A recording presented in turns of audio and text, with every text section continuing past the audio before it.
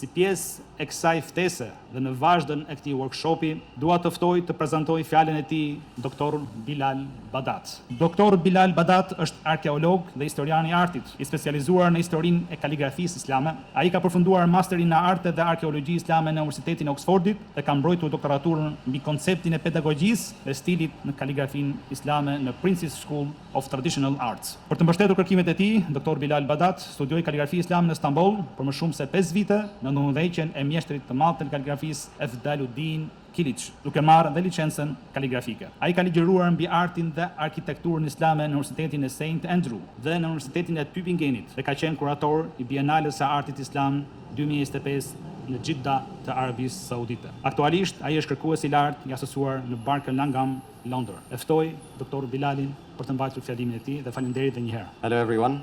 Okay, dear respected guests, I wanted to actually begin this talk in a very serious manner, but being true to my nature and in light of some of the mentioning of the cave from our earlier respected speakers, I thought I would relate a Nasruddin Hoxha story. I believe he's also a very well-known character in Albania. So one day, Nasruddin Hoxha is outside his house, he's on his hands and on his knees and he's looking for his key. And then a passerby comes and he says, "Oh, why, Nasruddin Hoxha, ne yapıyorsun? What are you doing?" Nasruddin Hoxha says, "I'm looking for my keys." And the man says, "Where are they? Did you leave them outside the house?" He says, No, my keys are inside. And the man says, "Then why are you looking for them outside?" He says, "But it's dark inside. It's much lighter on the outside."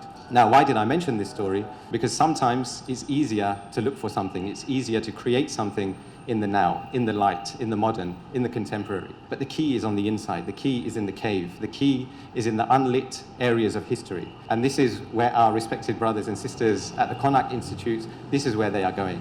They are going inside, they are going into the cave, they are finding that key, and they are bringing it out into the light, into the illuminated space. And this is what true illumination is. And this is why we thank them for that, and we thank them for this invitation. Now, on to more serious matters. We can go to the first slide, please.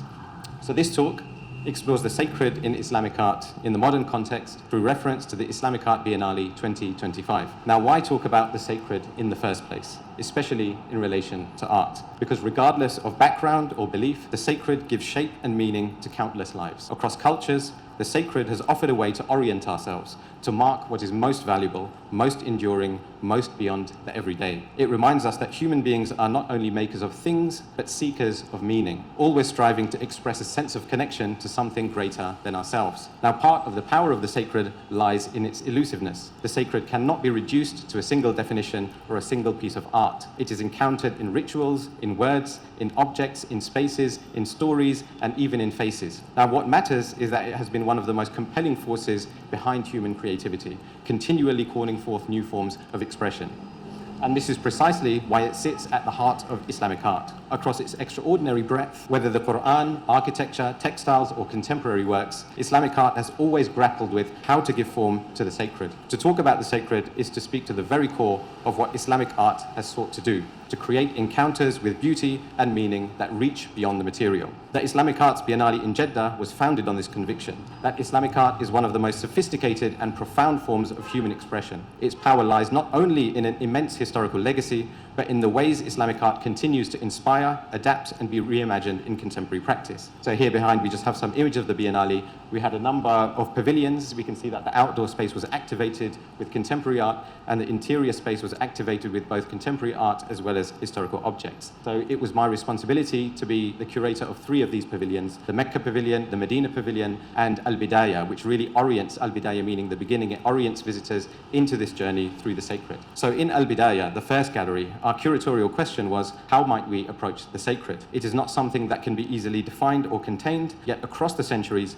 Islamic art has given it presence in material form. So to begin this journey, we chose objects most intimately connected to the sacred, objects from the Kaaba and the Prophet's mosque in Medina. Yeah, thank you. So here on the left, we have the sitara. This is the interior kiswa of the Kaaba, dating from the 17th century. In the center, we have the staircase. So in the past, nowadays, not everyone can go into the Kaaba. In the past, on certain days of the week, anyone from the public could go into one of the most sacred spaces in Islam. So this staircase over here took people from the public into the Kaaba for over 100 years. This dates to around 1825. And on the right, we have a monumental Quran, which is from the Prophet's mosque in Medina.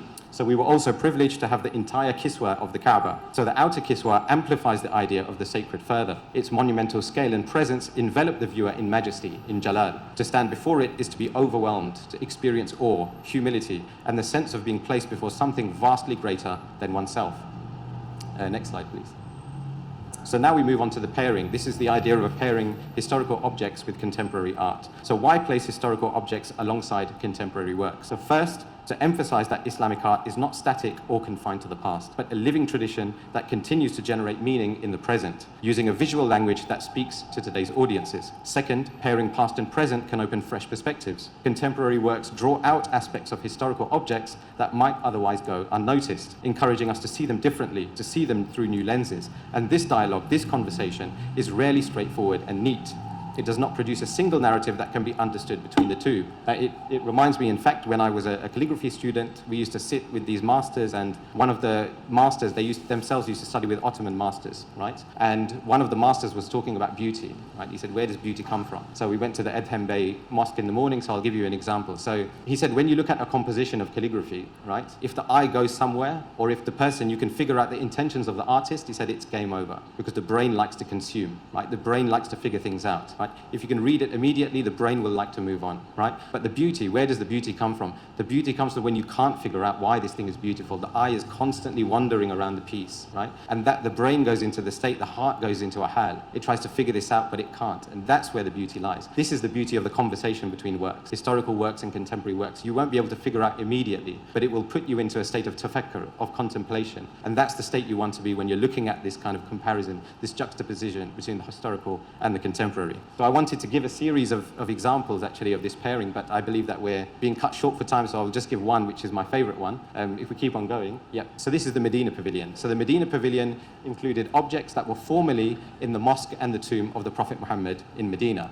So this included Qur'ans, right? This was the Rawda, especially, was a space for reading, especially in the Ottoman Empire. But the real highlight of this space was these giant textiles, right? So these are huge. It's bigger than this, and they are unbelievable. You're overwhelmed by these textiles when you're confronted with them. So these textiles. So now, if anyone goes to the Prophet's mosque in Medina, you'll see that the Hujra, which is where inside which the Prophet is buried, on the outside you have this kind of enclosure, right? Next slide, please. And these textiles, especially in the Ottoman period, it begins in the Abbasid period, but especially in the Ottoman period, these textiles were actually hung on the outside of the turba, on the outside of the hujra, right? And so if we go to the next slide, they were also used on the doors of the Prophet's mosque, right? So we'll just kind of explain one of these pairings. So of course, if you look at a work like this kind of amazing textiles, inevitably, they have to be behind a glass, right? They have to be conserved, they have to be protected, right? And what this does psychologically for the visitor when they're coming into the space, when you see something behind the glass, immediately there's a distance, right? Immediately there's a space between the two of you. Immediately you understand this thing as being something from the past. Of course, you may connect to it spiritually, but as a visitor into this space, there's a distinction between the two of you, right? So one of the ways to activate this thing is to have some kind of contemporary work in front of it. So we had this work commissioned to Ahmed Angawi, the son of the famous architect Sami Angawi, and he worked with local craftsmen. So he worked with local craftsmen specialized in the art of Islamic geometry to create this piece here, which is called mishkah, or lamp. And here, the sacred is expressed through light. Light that is diffused, refracted, multiplied. It recalls the Quranic verse of light. Allah is the light of the heavens and the earth. The Prophet himself is described in terms of light, his presence illuminating creation. And this work gives visual form to that theology. Divine light refracts into endless forms of beauty. Each ray, each pattern, each glimmer is a reminder of the one light from which all radiance flows. So as we conclude, what becomes clear from these brief examples is that Islamic art, past and present, opens extraordinary opportunities for museums and galleries, especially the Konak Institute. For curators here, it challenges us to think differently about what an exhibition can do. It shows that galleries can become spaces of layered experience, where history speaks to the present, and where new audiences can engage with ideas through beauty, form, and dialogue. And in this way, Islamic art does more than preserve the past. It actively inspires the present, and that is its enduring power, and that will be its enduring power here in Albania. Islamic art has the capacity to shape how we see, how we think, and how we imagine what art can be. Thank you.